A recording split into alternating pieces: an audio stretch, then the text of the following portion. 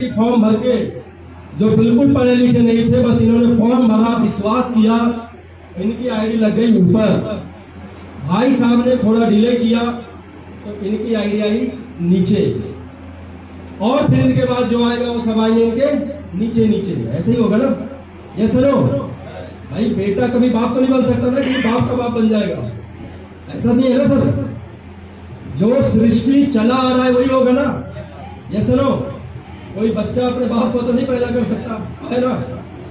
अब यहाँ क्या है कि अगर श्याम जी कमाते हैं 1000 रुपया और अरुण जी कमाते हैं 1000 रुपया, तो भाई साहब इन्होंने सीनियरिटी पहले लगा ली थी।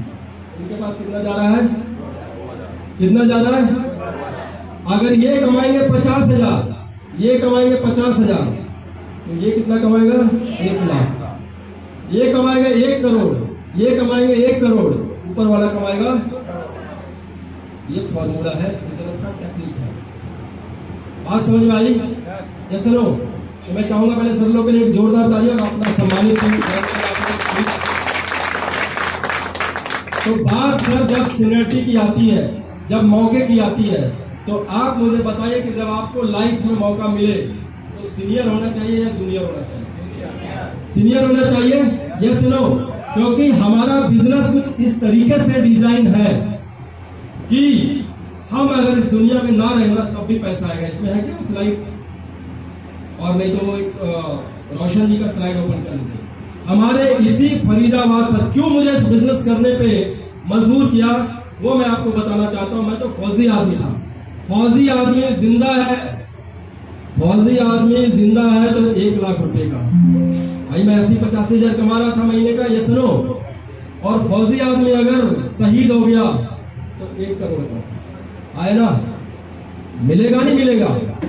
लेकिन आप मुझे बताइए कि क्या आपके पास में कोई ऐसा सुरक्षा का कवच है क्या? है क्या? अगर हम इस दुनिया को छोड़ के चले गए तो जो हमारा पीछे परिवार है, जिसको हम कमा के खिला रहे थे, उसको कोई पैसा देने वाला, कोई संभालने वाला है क्या? हमारा इस बिजनेस को करने का क्यों मजबूरी हुआ?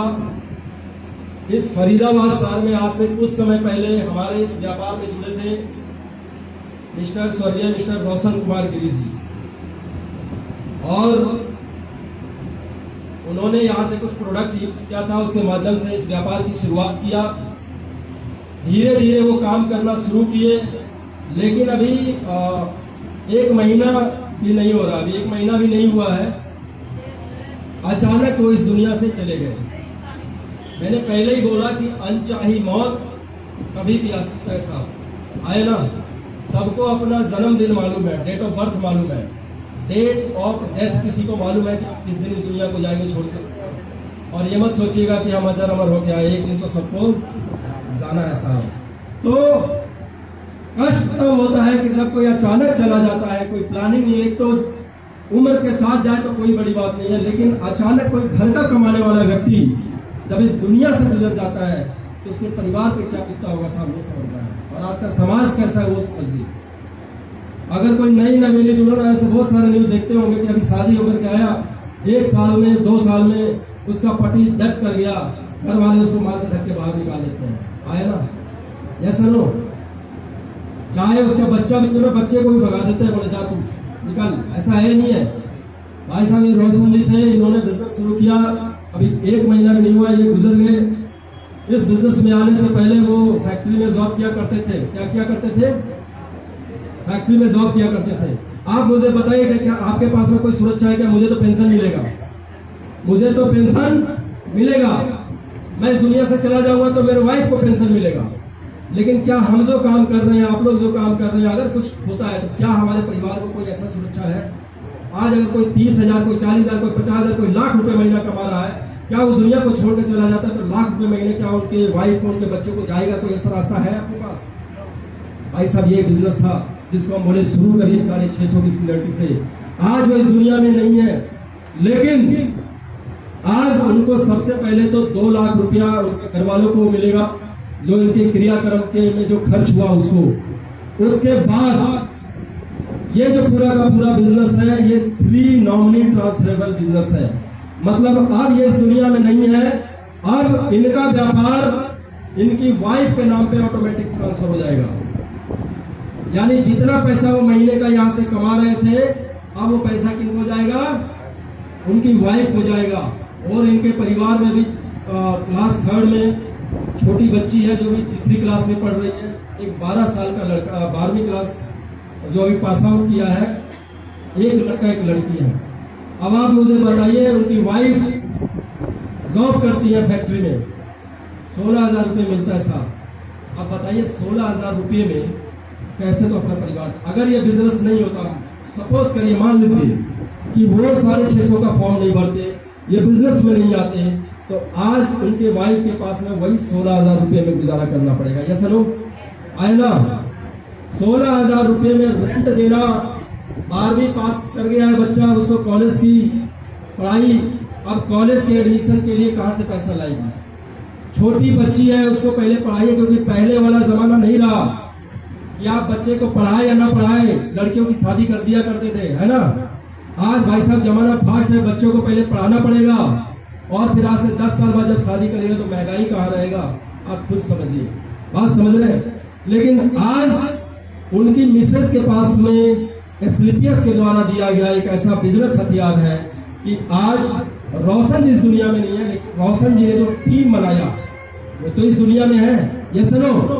और वो टीम जब तक काम करता रहेगा तब तक रोशन जी के घर में पैसा जाता रहेगा।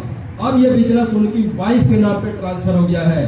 और उसके बाद में एक सिक्योरिटी और है, अगर वाइफ को आगे 20 साल 50 साल जितना भी वो अपना जीवन जीती है, उसके बाद में कोई दुनिया छोड़ के जाता है, तो उसके बाद एक और नॉमिनी को ट्रांसफर हो जाता है। मतलब आज आपका लिया हुआ निर्णय आपकी 3 पीढ़ियां सिक्योर कर देती है साहब। कितनी? 3 पीढ़ियां सिक्योर कर देती है। आज अभी ये 7वें रैंक पे है, जैसे ही ये 10वें रैंक पे जाएंगे, इनको एक पेंशन मिलना स्टार्ट हो जाएगा, और जिसका अभी फिलहाल अमाउंट है 30 से 35 हजार रुपये हर महीने। मतलब जितना इनकम आ रहा है उस इनकम के अलावे 30 से 35 हजार हर महीने उनके अकाउंट में जाएगा। आप बताइए ऐसा काम करना चाहिए नहीं करना? करने के लिए तैयार है? तो साहब ये चीज मुझे समझ में आया था कि बबलू कुमार तुम तो फौजी हो, तुम्हें तो पेंशन मिलेगा, लेकिन मुझे ऐसा लगता है कि पैसा जिसको जितना है उतना कम है। ये सुनो, अगर मेरे इनकम में लाख 2 लाख और बढ़ जाए तो क्या प्रॉब्लम है, लाइफ अच्छी जी लेंगे नहीं जी लेंगे? Yes no. तो दोस्त यही कुछ कारण थे जो कि मुझे इस बिजनेस में ज्वाइन करने पे मजबूर किया। और मैं आह्वान करता हूं कि जब काम आपको अच्छा लगा, बात आपके परिवार की सुरक्षा का है, तो ऐसा काम कर लेना चाहिए। यस नो, है ना। तो तकरीबन मेरा सारा प्रोग्राम समाप्ति की ओर है, लेकिन आप लोग ने पिछले 1 से 1.5 घंटे तक इतना पेशेंस, इतना धैर्य बनाया, और मैं दिल से मतलब कृतज्ञ हूँ कि मैं बहुत सारी जगह जाता हूँ, बहुत लोग छटपटाते रहते हैं, अंदर बाहर मतलब भागने लगते हैं कि भाई इतना कौन सुने।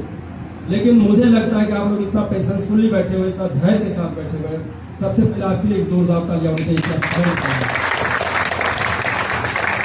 शुक्रिया। इस बीच जितना देर मैंने बात किया, कोई ऐसी बात चाहे मैंने प्रोडक्ट को लेके की, महिलाओं को लेके की, या कुछ ऐसे यूजिंग चीजों को लेकर के कोई बात अगर मेरी हर्ट की होगी तो कृपया उसको छोटा भाई समझ के माफ कर दीजिएगा। लेकिन अगर लगता है कि सर आपके साथ में हम इस व्यापार को शुरू करेंगे तो हो सकता है हम भी अमीर बने, हो सकता है, क्योंकि हर चीज संभावनाओं पे है दोस्त। ये सुनो, एक माँ बाप अपने बच्चों को एक संभावना देकर के ही पढ़ाता है, क्या गारंटी है कि वो छोटा बच्चा बड़ा होकर के उसका काम कर जाए, कलेक्टर बन जाए, इंजीनियर बन जाए, डॉक्टर? कोई गारंटी है क्या? हर चीज संभावनाओं पे टिका है। ये सुनो, तो ये बिजनेस में मेरे और मेरे टीम से जितना हो सकता है मैं पूरा अपना सहयोग करने के लिए तैयार हूँ। लेकिन बहुत सारे समझदार लोग होते हैं, बोले सर सब कुछ बढ़िया लगा, लेकिन एक क्वेश्चन का जवाब दे दो तो मैं आपके साथ काम करने के लिए तैयार हूँ। बोले बताइए सर क्या? तो सर ये बताइए कि काम करने के लिए तैयार हूँ, लेकिन मुझे ये बताइए कि सबसे पहले मुर्गी आया या सबसे पहले अंडा आया? इसका जवाब दे दोगे तो मैं आपके साथ काम करने के लिए तैयार हूं। तो सर एक चीज समझिएगा, कि ऐसे किसी अनैतिक क्वेश्चन का जवाब ना मेरे पास है ना मेरे एसोसिएट के पास है। लेकिन इस बिजनेस से संबंधित अगर अभी भी कोई डाउट होगा तो मैं और मेरा टीम यहीं पे बैठा हुआ है, आपको पूरा सर्टिफाई करेंगे, पूरा आपको सहयोग करेंगे। और आइए मिलकर शुरुआत करते हैं कि दमदार अपने कैरियर, अपने जीवन को समृद्ध करने का। आइए सिनर्जी लगाइए, पहले आओ पहले पाओ का फॉर्मूला अपनाइए, आइए शुरुआत करिए। Thank you, wish you all the best.